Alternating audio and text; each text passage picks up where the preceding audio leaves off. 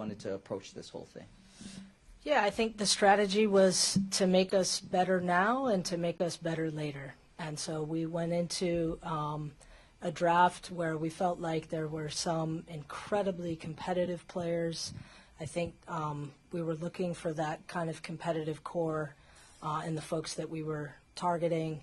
I think the other quality that I would say, and I think you'll see this right away out of everybody that we picked, is just a kind of explosiveness and a speed on the court. I think as Coach Johnson has shared previously, we're looking to play a very quick game, and I think we've got some folks that can help us run, and I think they complement our existing core incredibly.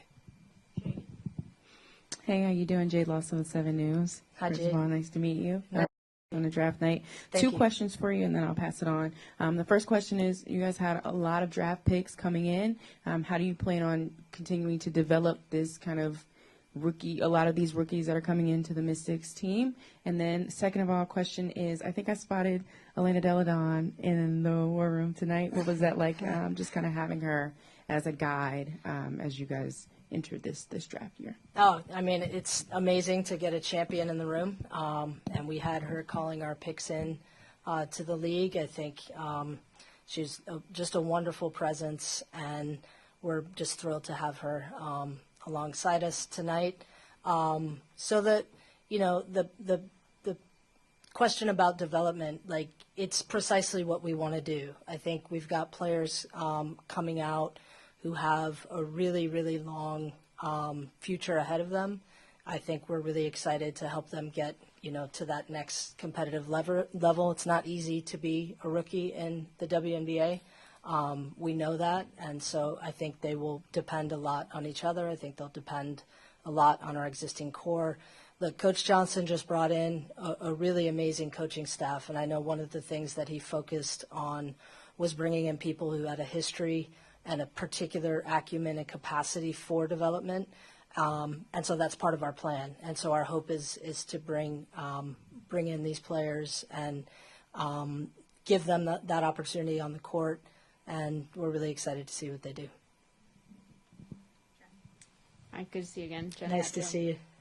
I got two for you, if I may. Just first of all, what was it kind of like in your war room having 3 picks in the span of 4, like making decisions that quickly, and you kind of being the first time doing this? So can you kind of take us behind the scenes and how that felt for you there? Yeah, it's months of preparation that come down to, I think, probably about 14 minutes on the clock. And I would just say not preparation by myself alone, but it's a quintessential example of teamwork. We had a lot of folks in the room who contributed to the effort, and as I said, that started months ago, long hours, long days.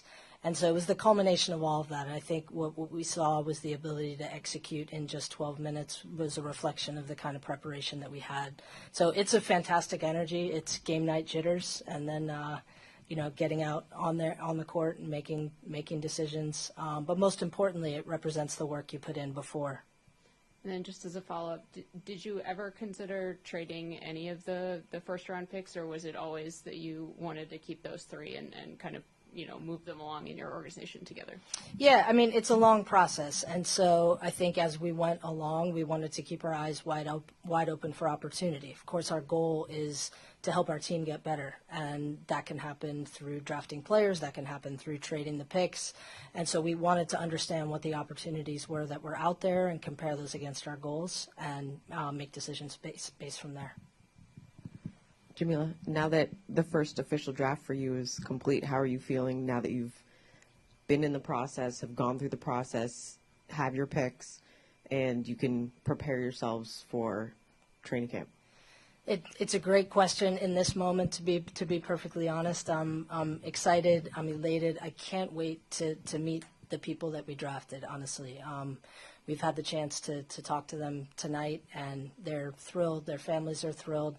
It's such a special moment, and as excited as I am to get to the next, I also want to just pause and have the opportunity to pause with them to take this moment in. I look forward to hearing what they hope for in their next steps.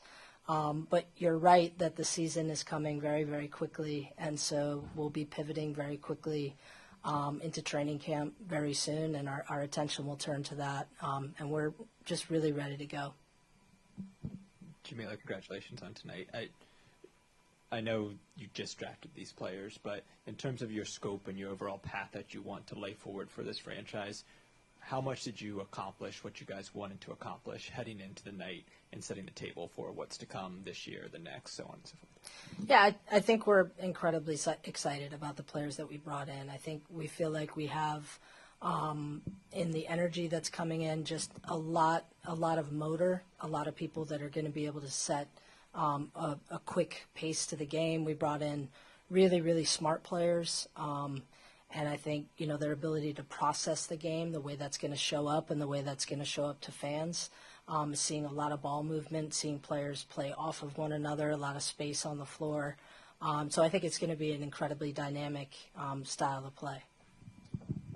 Hi, Jamila. Karita Parks, Double Take Sports. Hi, Karita. Hi. You talked about it just a little bit when you mentioned the fans, but just when you think about the draft picks tonight collectively, what do you think the fans have to look forward to? Yeah, I think there's going to be just really an explosive dynamism to this group. We've got in each of them, just like I said, just a real motor. I think they walk in the door and you can just feel their energy instantly. We saw that with Kiki when she was at Stanford, saw it at USC. Obviously, in Georgia Amore, wherever she goes, she's just a bundle of energy and just manages to pick the level of the game up wherever she is. And I think Sonia Citron just does everything and is happy to do everything, quietly. We think she's pretty loud in the way that she moves, and the versatility and the range in her game is really exciting. Yeah, Jamila, the trade that you guys made, getting a first rounder next year for Carly, how did that come together? And, was that something you guys had sort of been trying to do, add a pick for next year? Yeah, I think the trade really just represents another move that's an investment in our future and an investment in bringing in young players to develop. Carly, in a short time with this franchise, just contributed a ton. I think everywhere that she was, on the court, in the community, in the locker room. So we're incredibly grateful for the imprint that she left. I also think we're really excited to watch her contribute to a great team there in Minnesota. I think she has a chance to go and be in some great games and be in an incredibly competitive atmosphere. So we're just happy that we were in a position to give her an opportunity here, and certainly we'll continue rooting for her. And I think for us, like I said, it's another step towards bringing in more talent. Hi, I'm Mark Agashina with SB Nation. How did Olivia Miles ultimately deciding to stay in school and transfer affect your guys' draft strategy? Yeah, look, I think, not just Olivia Miles, right, but this draft and certainly I think drafts to come, there's always a question around who's going to be in and who's going to be out, and that's just simply part of the game, if you will. So a number of athletes who could have chosen to come into this draft based on their age or other, the eligibility, chose not to. Some chose to, and so all of us are all the time trying to figure that out and make the best decisions possible. But the reality is there's a tremendous amount of talent to go around, and so with Miles in or out or other players in or out, we thought that this year's class just had some depth to it and a lot of players who deserved a look. Probably a good problem to have between Shakira, Aaliyah, Kiki. It's a lot of bigs that aren't necessarily similar, but kind of positional-wise. So, if that's a word. How do you kind of envision those three kind of being able to play together, or how you guys will use them just from a pure position size kind of standpoint? Yeah, it's a great question. I mean, fortunately for us, those three players are also incredibly versatile. So their skill set allows them to move outside. Their skill set allows them to, create some space and actually move in transition.